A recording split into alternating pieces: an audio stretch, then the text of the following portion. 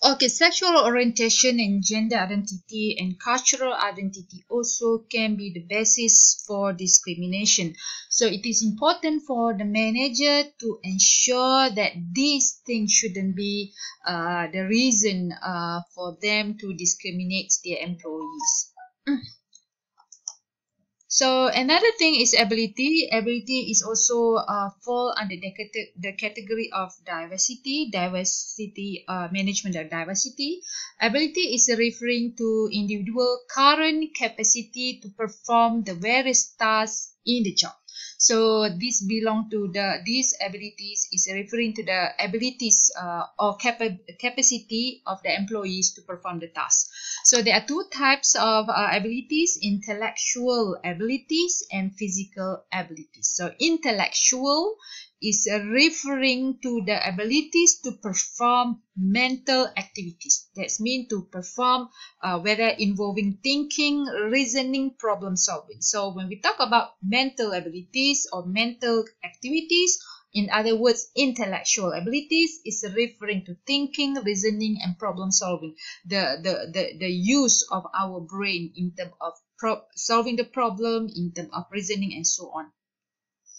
So there are two types of intellectual abilities or mental abilities: general mental abilities and specific mental abilities. So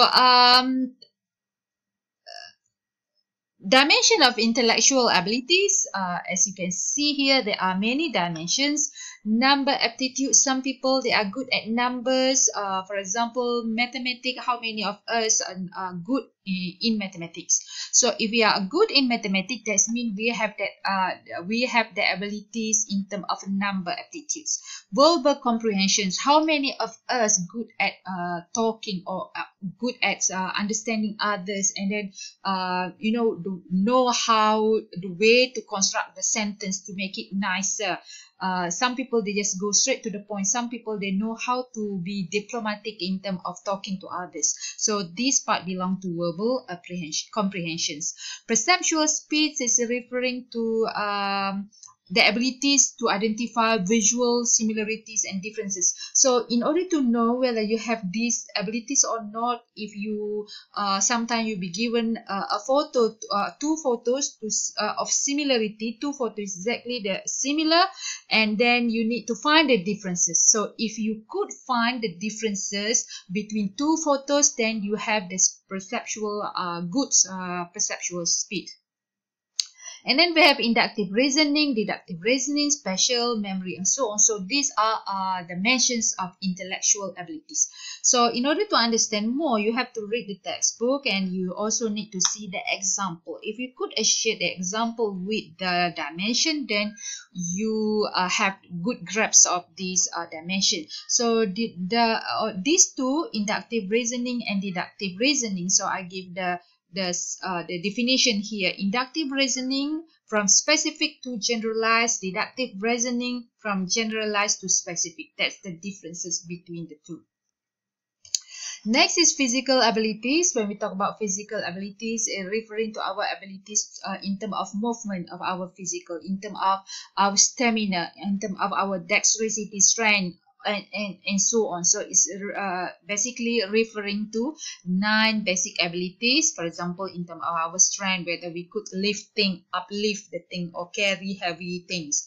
Flexibility, whether you can flexible in terms of your body movements and other factors such as here dynamics, trunk strength, statics, and so on. So if you read this, you may be able to understand what is meant by stamina. Stamina is referring to continue maximum efforts in the prolonged times,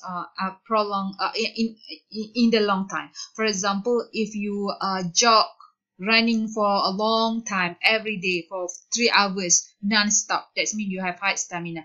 If you run for 1 minute, you feel tired already, cannot go on, that means you do not have this kind of stamina.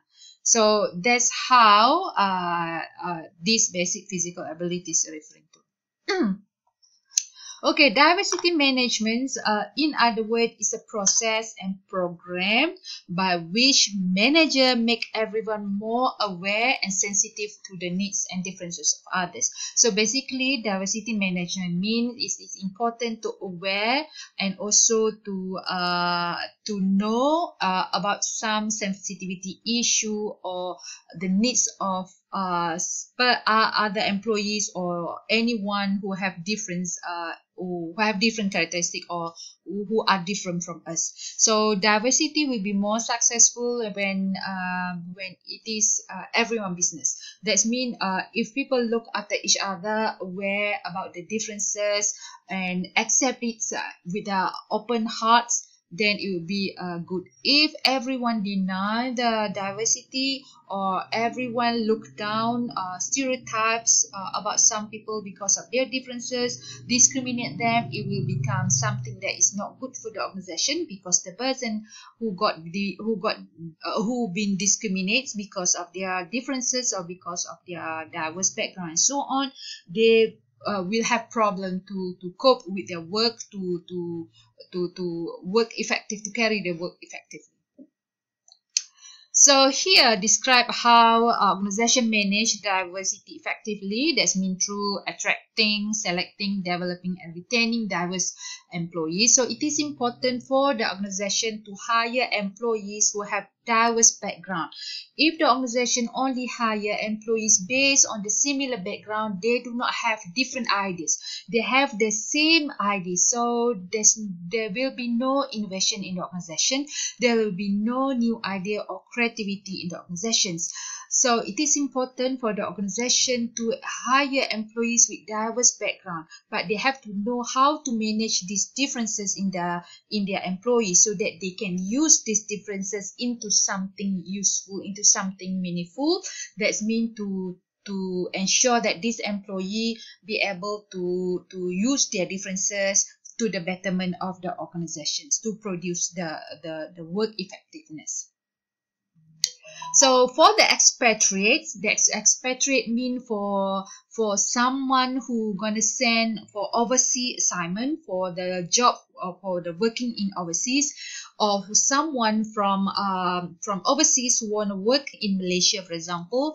It is important for this kind of employees to have this kind of diverse background, to know to hire, for the organization to hire them, they need to have some element, for example, for the elements such as language abilities, relational skill, and so on. So employees who have these kind of abilities, they know more than one language, they have relational skill, that means they know how to interact with others, they have high interpersonal skill and so on. So the employees who have this, they are more suitable for the expatriate jobs. I mean for working overseas. So organizations should select employees for international assignment. These employees must have the abilities to adjust quickly with the foreign environment. So it is important for us if we are the manager, to select employees who have this kind of diverse background. They are also easy to adjust quickly to the different or foreign environment. So those who have this kind of abilities, they will not feel homesick. They will not have problems adjusting with the new cultures. And also important for those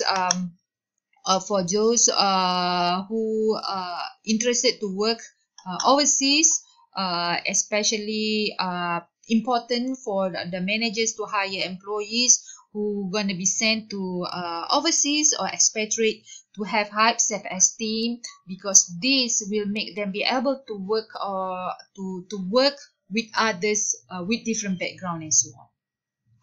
So effective diversity management, it is important for the organization also to have this diversity management where they teach the manager about the legal framework regarding equal employment opportunity and so on.